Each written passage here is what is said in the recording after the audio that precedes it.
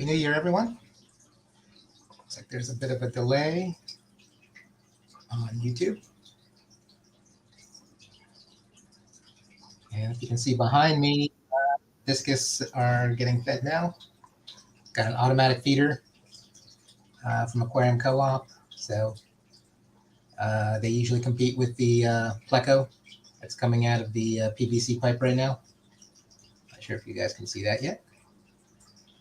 So this is my New Year's resolution to start doing live streams. So first of all, welcome to Mark Sterlson, Aquarium Adventures, Sky Dancer, Rico Stand. So thank you all for joining.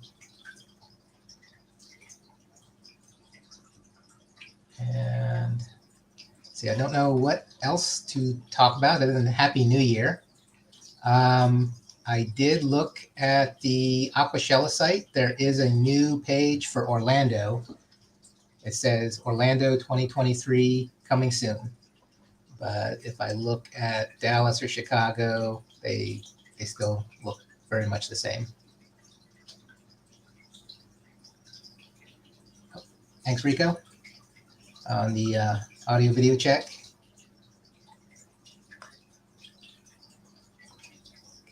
Yep, still nothing on the Aquashella site for Chicago or Dallas. Unfortunately, I can make Dallas. I can't really make the other ones. If you go to the Keystone Clash site, though, you can purchase your tickets now. I believe there is a discount for the month of January. So the full package is $100, and I believe that's discounted. There's also a Fish Tubers package if you have over 500 subscribers and plug the event every month. So what's everyone doing today? Anything special?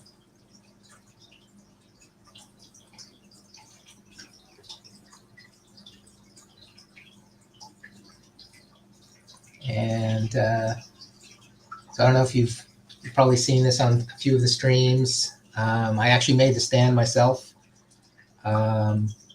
Looked at a few of the designs. I think KG Tropicals and Primetime Aquatics had different instructional videos on how to make a stand. The one difference is, since we want to replace our carpet, I put leveling casters on the bottom. So the leveling casters, I think they'll hold a total of 4,000 pounds. So more than enough for a 75-gallon aquarium, which is what that is behind me.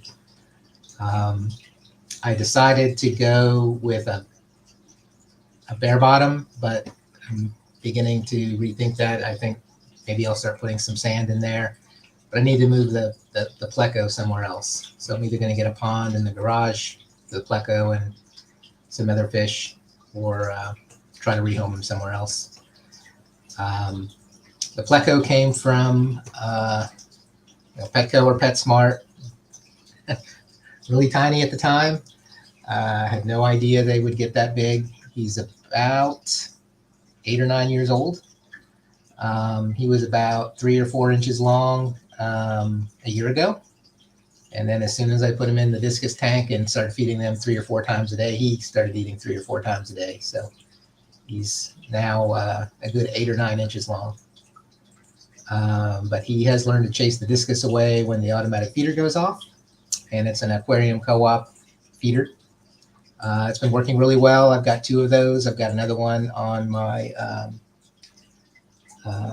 Shelly tank. I do have a 20-gallon long over on this side.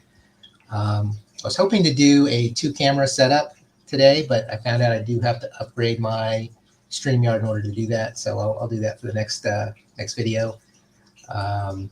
This is mostly so that I can learn how to operate StreamYard.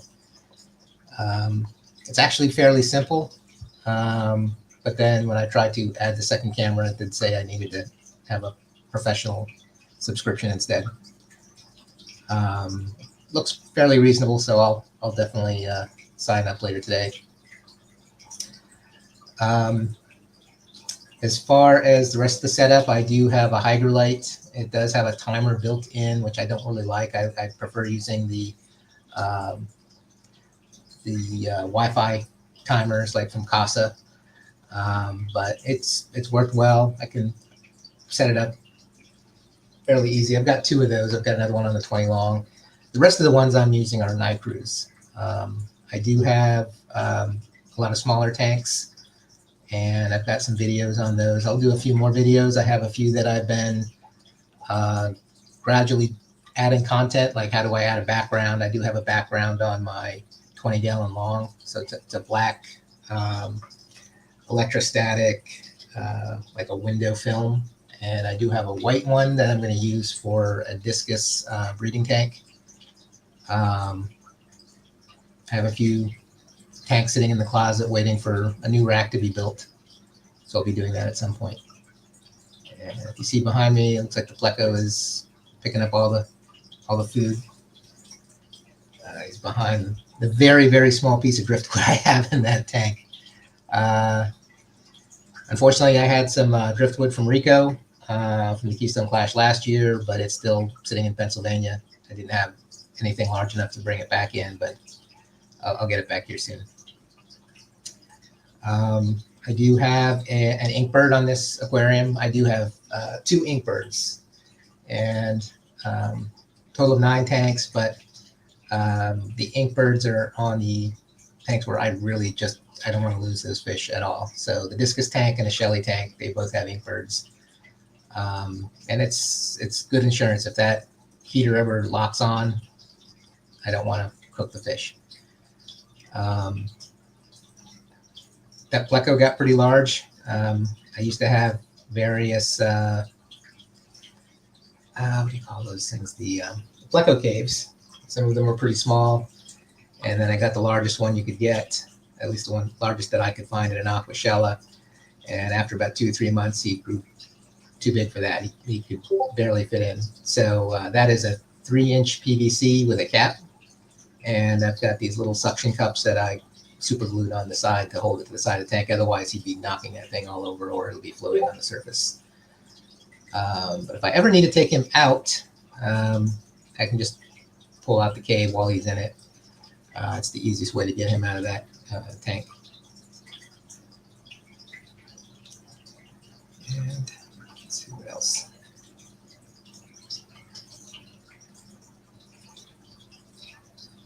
And maybe I can show the other tanks. Let me try this. So I started getting into the wall stand method, so deep substrate. I did have some sort of ammonia spike and lost most of the fish and shrimp in this tank, but these are kind of a mixed group of endlers, several hundred ram's horn snails by now, and I do have Bloody Mary shrimp as well.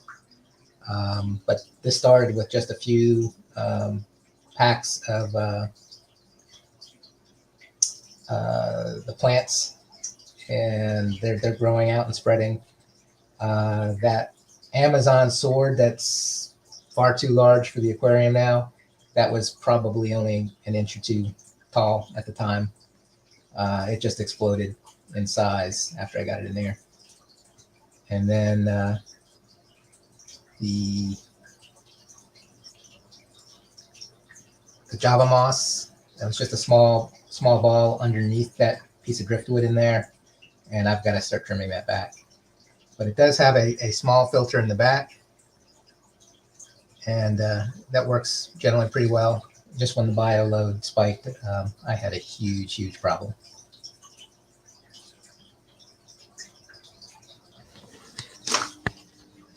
And this is the Shelly tank.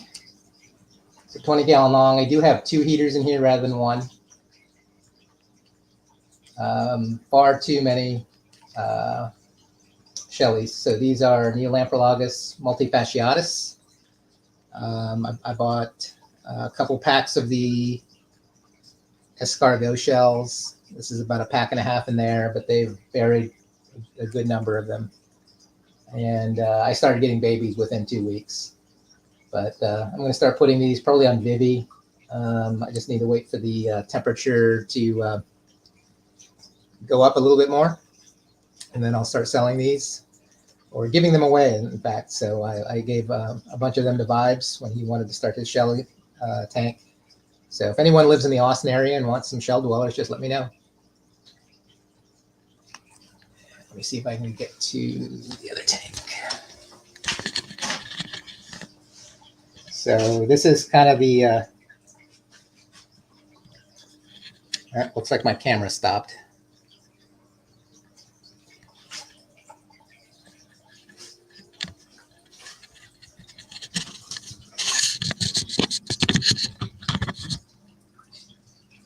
Let me see if I can fix that. Hopefully it's just a short-term problem. Okay, hopefully everyone can see me now. But yeah, I did have an issue with the cameras earlier today. I thought I was probably going to have to postpone it. But at least I started the live stream. I'll see if I can get some footage and then learn StreamYard a little better and maybe get some background videos showing as well. Oh, hi, Bruiser. How are you doing? Happy New Year. Jenna P., welcome. And thank you for joining. This is my New Year's resolution. So my first live stream.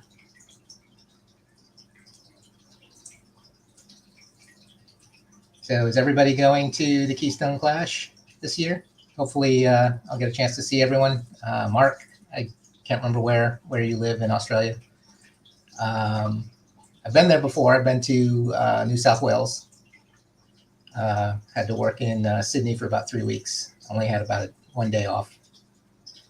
It was a really, really nice trip. And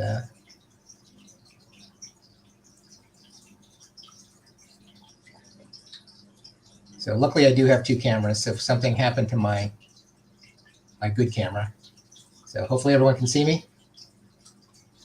and hear me as well. I don't know if there's audio on this camera or not.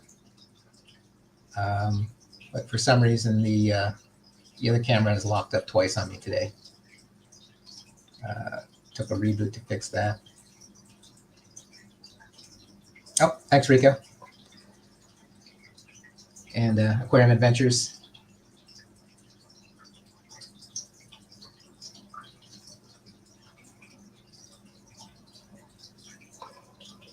Let's see. I wonder if I can share my screen.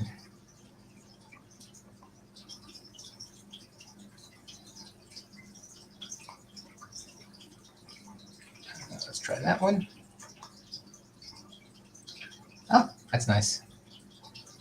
So I just saw this morning. So it says Orlando 2023 coming soon. However, if I go to Dallas, there's no updates on Dallas or Chicago yet. So I'm waiting on those. But if you do go to the Keystone Clash website, you can register now. So registration is now available.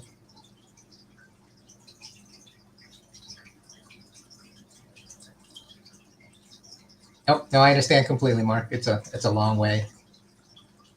Hoping someday I'll get back to your side of the world as well.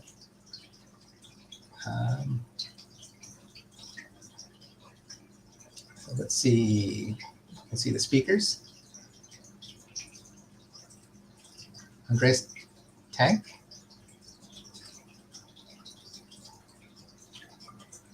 Jennifer Williams. I've met her a couple times. So she's doing aquascaping. She's an amazing aquascaper. John Hudson. Hopefully Lisa can make it as well.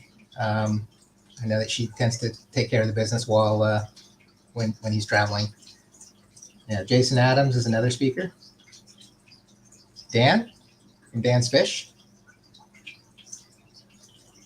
Kelly Foreman will be there as well. And Bentley Pasco.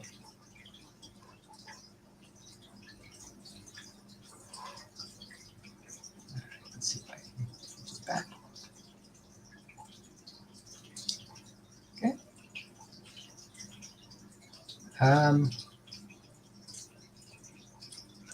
Not much else is going on. My local my local club, which I've only been to a couple events, is having a trade sometime in March. Yep. So Rico, hopefully we'll get to talk again more this year.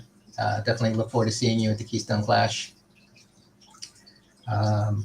Hopefully there'll be another show like Dallas where I can see Jenna and Steven again, and quite a few others. Funny story about the last time, a lot of people had pushed their videos from the Triple Crown already, and I was in a few of them, and I didn't know if anyone had mentioned who I was, but by the time I showed up, I sat down with someone. I asked if there was a seat available during the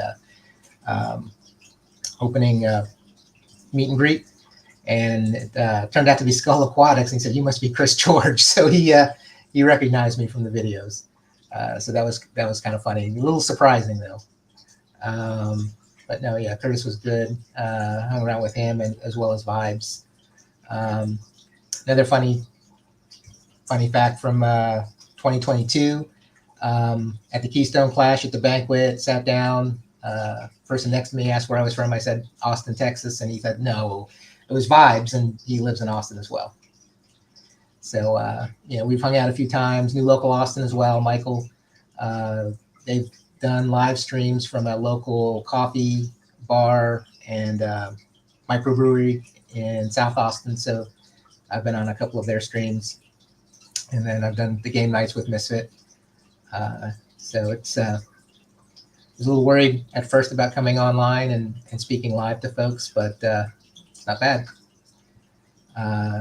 So hopefully, if anyone's not streaming and has been thinking about it, give it a try. I'm probably going to cut this short. I'm running out of things to say, but it's been 2022 was a good year. Went to 3 shows, and I hope to 2023 is even better. 2022, I started, so a year ago, I only had 2 tanks. I had the one behind me, the 75 gallon, and I had a Flue Ball Flex 9 gallon. That's now in the bathroom. And then I've got 7 other tanks that I've added. So I've got 3 10-gallons set up, 1 with shrimp. Those are green jades that I got from Aquatic Arts. So I'll put a video out hopefully this week on the unboxing. I did an unboxing, but I haven't been able to edit everything and where it is right now. I've had it for probably about a couple months now. Another 10 is the deep substrate. I've got just it's basically my community tank. The copper rasboras are in there. I'll see if I can get that back on a separate video. I do have a betta from Lobster Lab. I met Lobster Lab at a club gathering here in Austin. And then my first deep substrate tank, which I showed a little earlier, which is just out of control. So I do have to fix that one. And then I do have a small pea puffer tank as well, and two 5 gallons with Caridina shrimp that I got from Grant and Shelby. So I've got tangerine tigers in one, and I've got Thai beads in the other.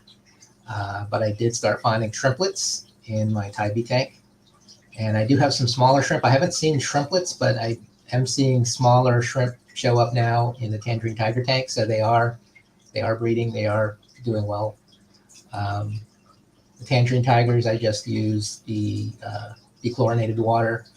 I try to let it sit out for a while, and then I use the reverse osmosis with the GH plus added to it for the Thai bees. So they're a little more challenging. The water's not too bad here in Austin.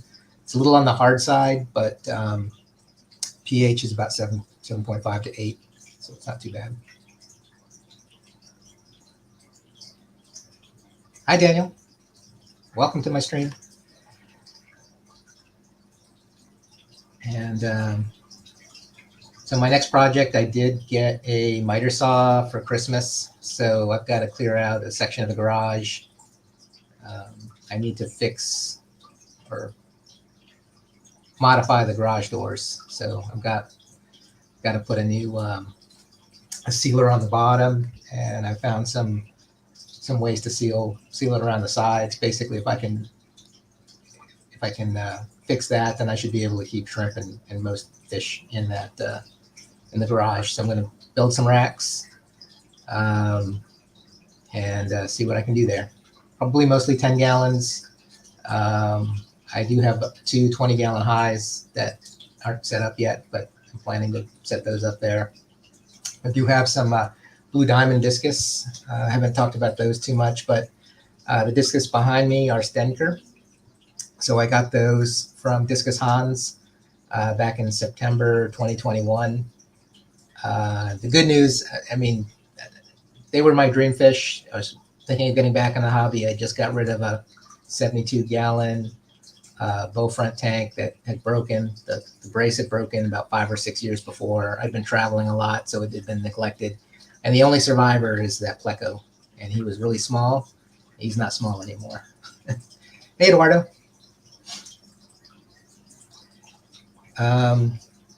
So, yeah, I went to visit my family in Maryland. They live about 20 minutes from where Discus Hans was set up when he was in Maryland. He's since moved to, I think he's in Delaware now. But I got to visit his facility after seeing some of the videos, take a look firsthand at which varieties of discus I wanted, and I got 12. I don't know if it was shipped UPS, but they brutalized that box. It was wet, it was compressed, and I opened it as soon as I got it. I went to lift out the styrofoam box that was inside the box, and the sides and top came out, but the bottom stayed behind, and there was water in there. Everyone had survived. One of the bags had been compressed enough where probably half the water had been spilled out of it. But I was able to get them all acclimated in there. I did lose 2 to a wasting disease, and I think they still have some sort of parasite, so I started treating again. I noticed that I've got a Bolivian ram I got from Dan's Fish. The other 2 didn't make it. I had a bad issue with one of the guppies in that community tank. So I lost 2 of the Bolivian rams, but the one that I have now, he's really thick. He's really healthy, but he's thicker than these discus, which is kind of strange. So I think they still have some sort of parasite that they're eating 3-4 times a day, but they're not really growing very well.